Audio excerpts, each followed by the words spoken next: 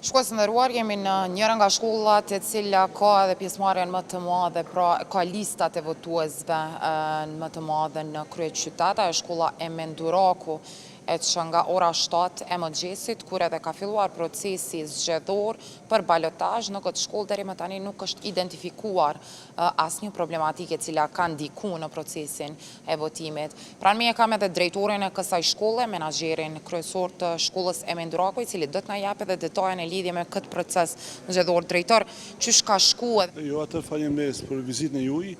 Deri tani që po flasim nuk është raportuar asnjë shkelje, asnjë vonesë. Qendra është hapur në ora 7, diku nga ora 5:30 ka ardhur materiali zgjedhor në përcjellje të vëzhguesve të stafit të përcjellës.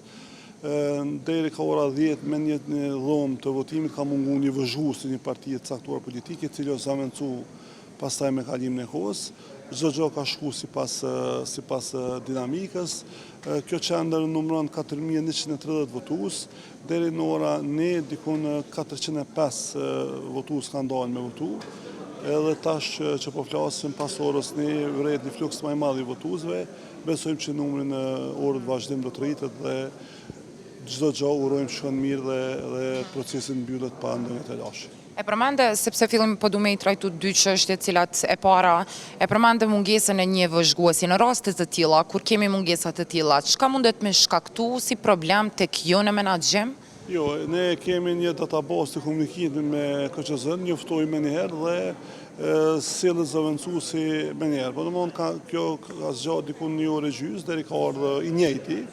Një parti e cila nuk është ngarë, por sido që tjetë çdo gjë ka shkuar në rregull, pa ndonjë telash evidente, dhe po besoj shumë edhe në raundin e parë, njëjtë ka qenë edhe tash si qendër, domethënë nuk ka pas asnjë probleme që ja ka vlejt me pas nevojë ndërhyrje ndonjë akteri të jashtëm. E përmendet që ka numër të lartë të votuesve që mund ta shfrytëzojnë të drejtën e tyre të votës në këtë shkollë, po e përmendet edhe që ka pak është një numër jo shumë i madh atyre që deri më tani kanë shfrytëzuar, ndonse tani po e vrejmë edhe ne që është një fluks i qytetarëve, po ju si menaxher e shihni pak më ndryshe.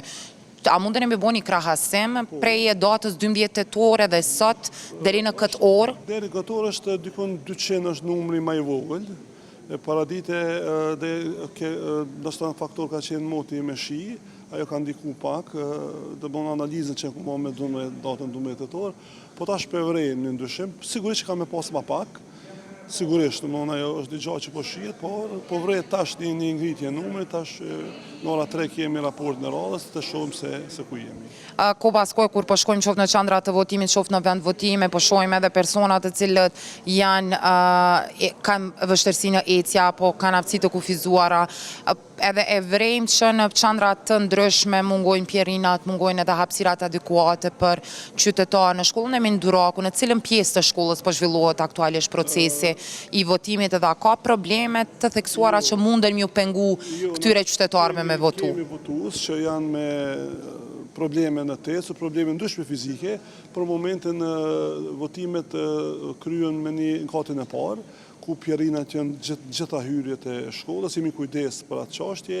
Nëse ka nevojë për ndihmë fizike, është stafi i shkollës i cili ju ndihmon në raste të caktuara, por megjithatë kemi menduar për këtë çështje, s'kemi pas probleme. Drejtor, faleminderit shumë për kohën e juaj. Faleminderit shumë. Shkues të nderuar, nga shkolla e Menduraku, ju japim edhe të dhënat e fundit në lidhje me statistikat se sa persona kanë dalë deri më tani në votim në kryeqytet, në qytetin e Prishtinës, pra në bazë të dhënave të fundit të Komisionit Qendror të Zgjedhjeve. Në Prishtinë aktualisht kanë shfrytzuar të drejtën e tyre të votës vetëm 8% e qytetarëve.